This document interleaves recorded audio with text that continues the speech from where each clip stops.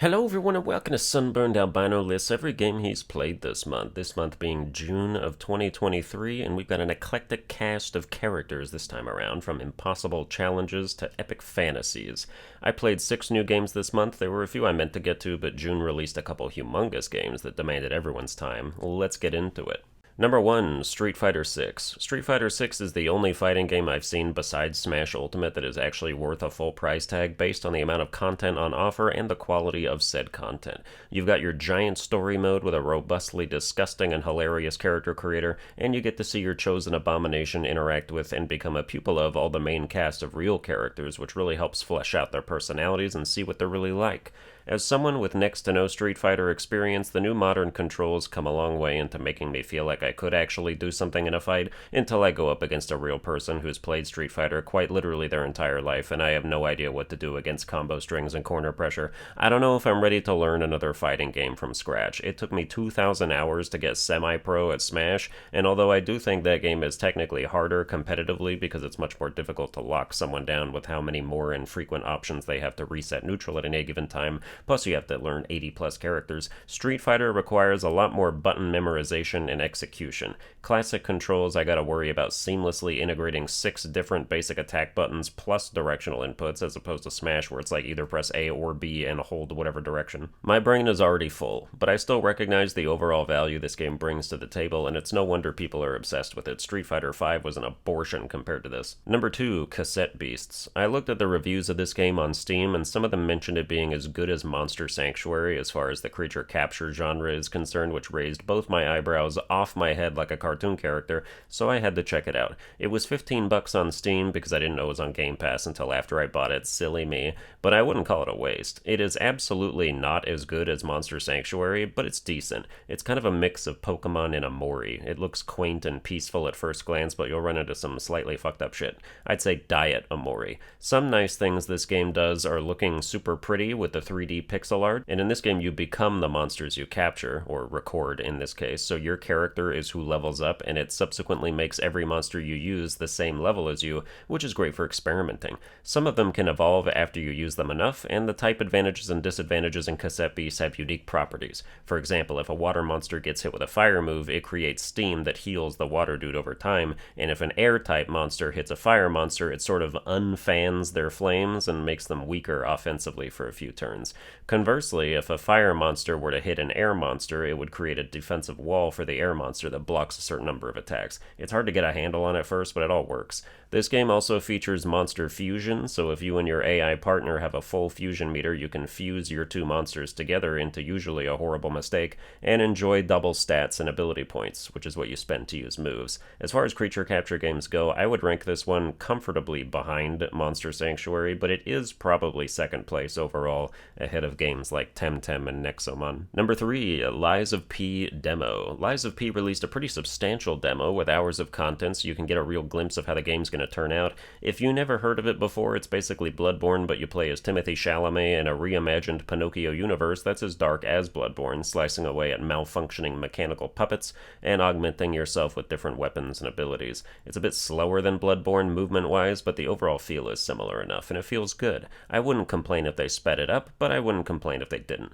So everything points to this being a worthy adjutant of Souls-like renown. I don't think it'll be subpar like Lords of the Fallen or The Surge. I think it'll be right up there quality-wise with Nioh and Wolong. Number 4, Diablo 4. Diablo is Diablo, and I'm happy this Diablo is still Diablo. Diablo 4 takes the formula to a massive map and peppers in 1.5 million side quests, alongside a renown system that makes them worth doing because some of the benefits apply to all your current and future characters, like extra potion slots or extra skill points. The skill trees are more varied and come with smaller trees of passives in addition to all the potential active effects, so fine-tuning your build is more fine.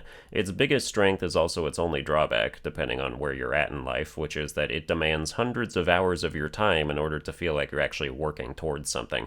Like, if you would just play this once with one character and not do a lot of the side quests, why bother? That's barely Diablo. This game wants you in front of that TV or monitor for 12-hour binges for months into the future, and if you can't give it that, you'll probably get less out of it. Number 5, Only Up. This game is by no means good or respectable. It's literally you climbing a mountain of flipped and in some cases stolen assets. Like they literally had to take the giant waifu out of the game because the owner of it complained.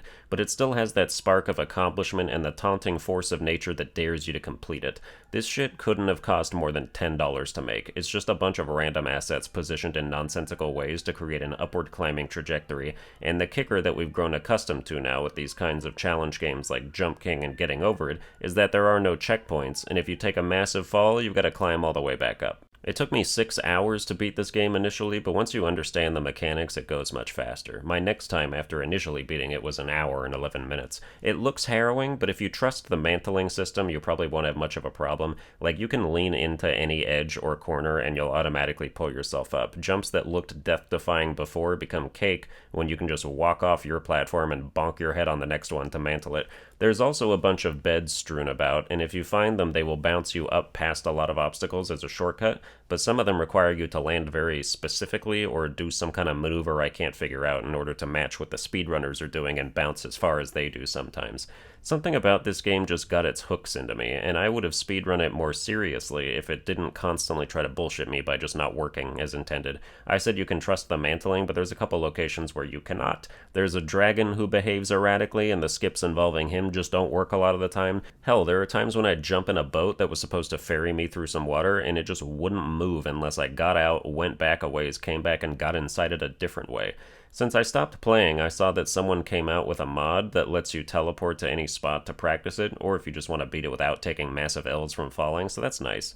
Only Up might be technically a piece of shit, but the moment I finally beat it after 6 hours and 5 shots of whiskey, because I set it up to where I had to take one every time I fell substantially, that moment of triumph was probably the highlight of my year. Number 6, Final Fantasy XVI. Watch my review I posted recently if you want a more in-depth take on some stuff, but basically Final Fantasy XVI is a great game that has its ups and downs. Some sections of the colossal icon battles are the biggest spectacles in JRPG history. Certain moments in boss battles almost made me cry at how epic they were, but along with that, most side quests are an absolute slog, made worse by Clive's generally slow navigation. He runs like molasses, and the mount he gets later isn't much faster, and moving slowly in an open-world game is a death of enjoyment and convenience, and it's worse in your hideout or in towns because he moves even slower in those. There's so many times you'll walk back and forth across town talking to this person, then that person, then this person again, shuffling along at a snail's pace and banging your head against the wall. It's awful. The story is great, the characters are great, the combat is fantastic, the performance mode is a lie because you're at 60 frames per second less often than not, but overall, this is an epic game that bogs itself down sometimes. And that's every game I played this month. Tune in next month for every game I played that month. Like, share, and subscribe. Watch all my other videos on a chocobo going 5 miles an hour, and I'll see you guys next time.